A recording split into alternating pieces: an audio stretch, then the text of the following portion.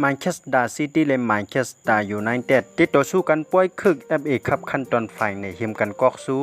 เมื่อสูงผู้ปนเนกข่าวสารมานังภายแต้วคากูก่อนในเขาน้องมาได้โกคาติออนเอาผู้ทรงด้วยวัสนามานังเขากะคาดล่ามด้วยผู้เรียนอันติติลงเรียนในปังขี้เข็มปอกในพองในคานอ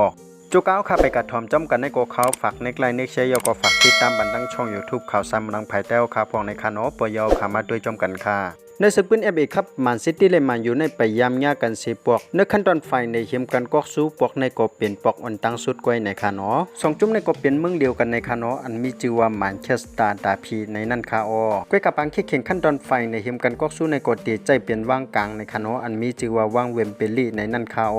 ว่างอันในก็ย้ำใจมาเยาสองปอกในคานอในปีในก็เป็นอิงแกลนคลับเป้าคัพขั้นตอนไฟในทีมแมนเชสเตอร์ยูไนเต็ดรายการนั้นในคานอปอกที่2นั้นก็เป็นแชมเปี้ยนชิพรอบเพย์ออฟอันดูตันเท่ายากันตั้งโกเป็นทรีมือปัดป่นในคานอประมาทด้วยขึ้นศึกปืนตั้ง2จุ่มนั้นก็เตเลว่าแมนซิตี้ยามเป็นเทียนอันในมาถึงเป็น6ปอกในคานอปีเตียนเขาไล่กำเนิดสุดในก็เตเลว่าเป็นมือปี2019นั่นในคาอประมาทด้วยขึ้นพังแมนเชสเตอร์ยูไนเต็ดนั้นก็เตเลว่าเขาถึงขั้นตอนไฟในเฮียมกันกอกสู้ในถึงเป็น20ปอกในคานอยาวก็ไล่เทียนกัดถึงเป็น12ปอกในคาอปีเตียนเขาไล่เป็นปอกลื่นสุดนั่นก็เป็นมือปี2016นั่นในคาอประมาทด้วยขึ้นศึกปืน5ปอยหลังพังแมนเชสเตอร์ยูไนเต็ดนั้นก็เตเลว่าปีไล่ถึง4ปอยยาวก็ซุ่มปันเปิ้น1ปอยพังแมนเชสเตอร์ซิตี้นั้นก็เตเลว่าเปเปิ้น3ปอยยาวก็เท่ากันตั้งเปิ้น1ปอยและซุ่มปันเปิ้น1ปอยศึกปืน3ปอยหลังที่เขาย้ำยากันมาในปีในก็เตเลว่าแมนซิตี้นั้นเปไล่ถึง2ปอยยาวก็ซุ่มปันมันอยู่1ปอยในคาอกำแนวคำว่าคัดล่ามด้วยผู้เรียนอันติติโรงเรียนในปังขี้เข็มปอกในพองในคานอเขาคำว่าด้วยกันที่แมนเชสเตอร์ซิตี้ออนตั้งในคานอพังแมนซิตี้นั้นก็เตมาในหางพังไล่เรียน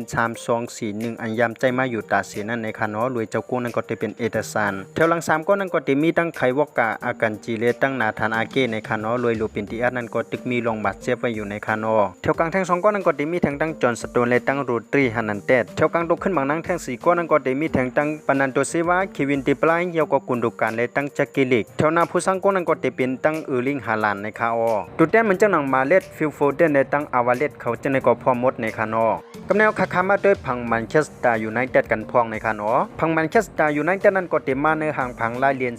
4-2-3-1โดยเจ้ากู้นั้นก็เตเป็นติกิยาในคานอแถวหลังแทง4ก้อนนั้นก็เตมีแทงตั้งวัมปิสากาลาพาเอวาลานและตั้งลินเดลอฟยอกอลุกชอในคาอแถวกลางแทง2ก้อนนั้นก็เตมีแทงตั้งกาซิมิโลและตั้งอิเล็กเซนแถวกลางตกขึ้นบางนั่งแทง3ก้อนนั้นก็เตมีแทงตั้งกานาโชในคานอย้อนเปอร์ว่าอันโทนีนั้นมีลองบาดเจ็บไว้อยู่ในคานอยอกอฟโลโนฟานันเตและตั้งโจเดนซานโชในคาอแถวหน้าผู้สร้างก้นนั้นก็เขาขัดล่ามาอาจจะเป็นมากาลาโฟนในคานอติเลยโรงเรียนในป่วยในคานอองโตนี่มักเซียเฟสและตั้งแม็กทูมิเนและตั้งเฮเลเมกไว้เขาจะในก็พร้อมหมดในคานอป่วยในก็ติเลยว่าอาเยยปุ่นตาตั้ง2จุ่มในคานอย้อนเพื่อว่าแมนเชสเตอร์ยูไนเต็ดนั่นก็ตีอันคัดเจอคัดขวางปุ่นตาเฮอร์แมนซิตี้นั่นเตรียมและทริปเปิลแชมป์เหมือนเจ้าหนังอันจุ่มเขายามเฮ็ดเลยมาเมื่อปี1เฮง9ปัก99ปุ่นอันห้องว่า3แทนกอกสู้ในนั่นคาอพอมาด้วยขึ้นเส้นตั้งยังหมายของแมนเชสเตอร์ซิตี้นั่นก็ติเลยว่าคือเทียง2ป่วยกว่าเยาในคานอป่วยในสังเจว่าเขาเปเลยแมนเชสเตอร์ยูไนเต็ดเสป่วยนั้นนั่นก็สังเจว่าเขาเปเลยอินเตอร์มิลานแล้วยูฟ่าแชมเปี้ยนลีกขั้นตอนไฟ